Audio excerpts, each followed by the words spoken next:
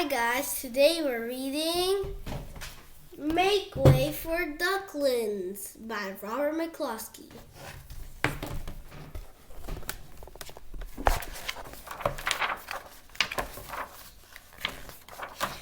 Mr. and Mrs. Mallard were looking for a place to live, but every time Mr. Mallard saw what looked like a nice place, Mrs. Mallard said it was no good. There were sure to be foxes in the woods or turtles in the water, and she was not going to raise a family where there might be foxes or turtles. So they flew on and on. When they got to Boston, they felt too tired to fly any further. There was a nice pond in the public garden with a little island on it. The very place to spend the night, quacked Mr. Mallard. So down they flapped. Next morning, they fished for their breakfast in the mud at the bottom of the pond, but they didn't find much. Just as they were getting ready to start on their way, a strange, enormous bird came by. It was pushing a boat full of people, and there was a man sitting on its back. "Good morning," quacked Mr. Mallard, being polite. The big bird was too proud to answer, but the people on the boat threw peanuts into the water. So the Mallards followed them all around the pond and got another breakfast, better than the first.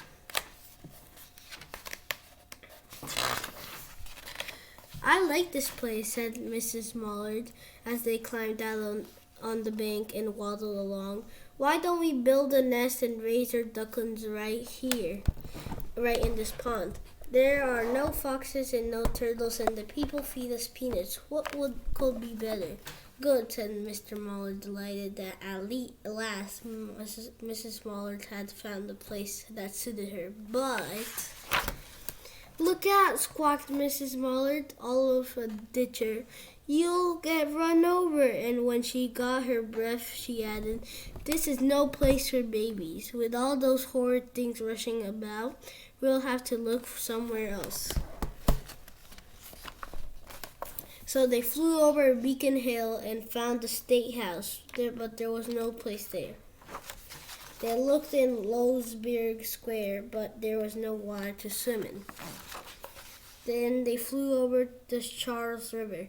"This is better," quacked Mr. Mallard.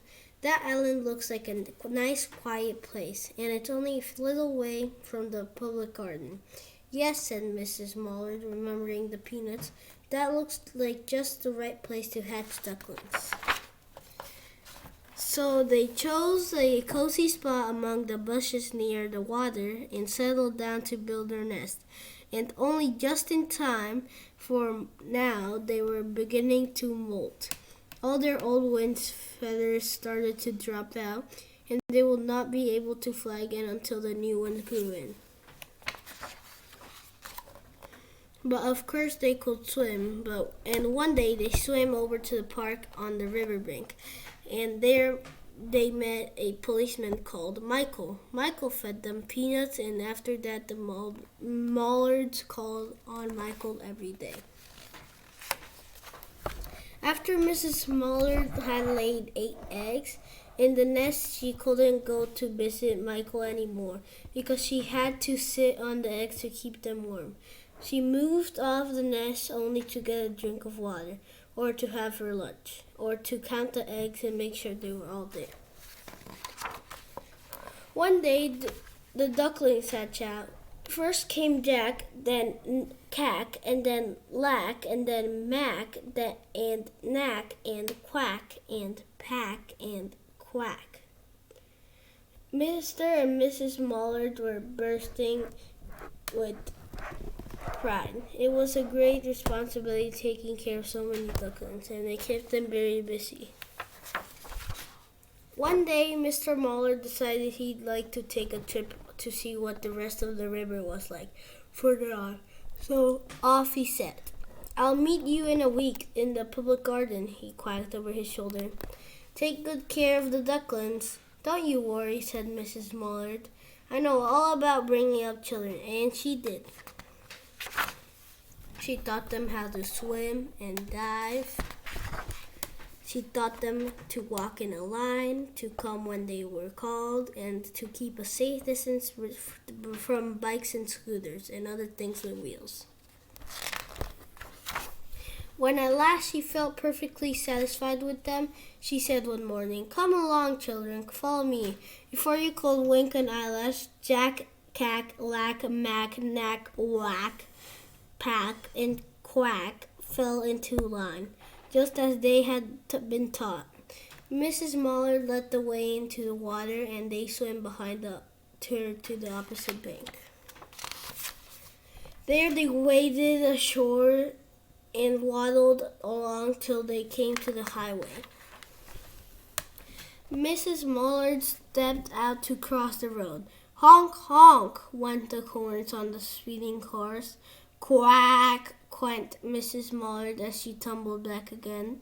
Quack, quack, quack, quack, went Jack, Cack, Lack, Mack, Knack, Whack, Pack, and Quack, just as loud as their little quackers could quack.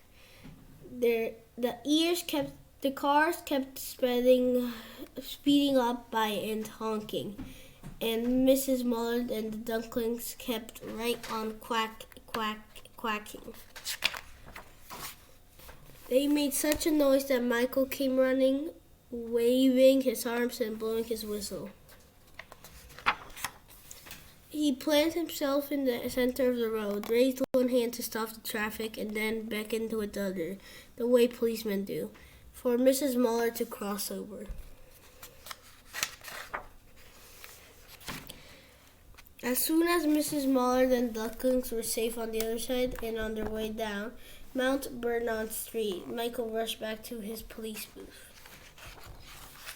They called Clanny at headquarters and said, "There's a family of ducks walking down the street," Clanny said. "Family of what? Ducks?" chilled Michael. "Send a police car, quick."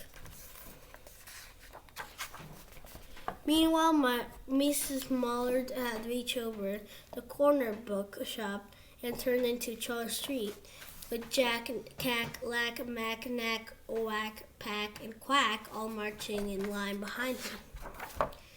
Everyone stared. An old lady from Beacon Hill said, "Isn't it amazing?" And the man who swept the streets said, "Well now, ain't that nice?" And when Mrs. Mollard heard them, as she was so proud, she tipped her nose in the air and walked along with an extra swing in her waddle. When they came to the corner of Beacon Street, there was the police car with 4 policemen that Clanny had sent from headquarters.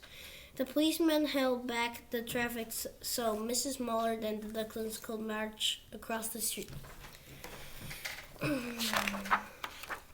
Right on into the public gardens. Inside the gate, they all turned around to say thank you to the policeman. The policeman smiled and waved a goodbye. When they reached the pond and swam across in the little island, there was Mr. Mollard waiting for them, just as he had promised. The ducklings loved the new island so much that they decided to live there. All day long, they followed the swam boats and eat peanuts. And when the night falls, they swim to their little island and go to sleep. The end. Thank you guys for watching. See you next time.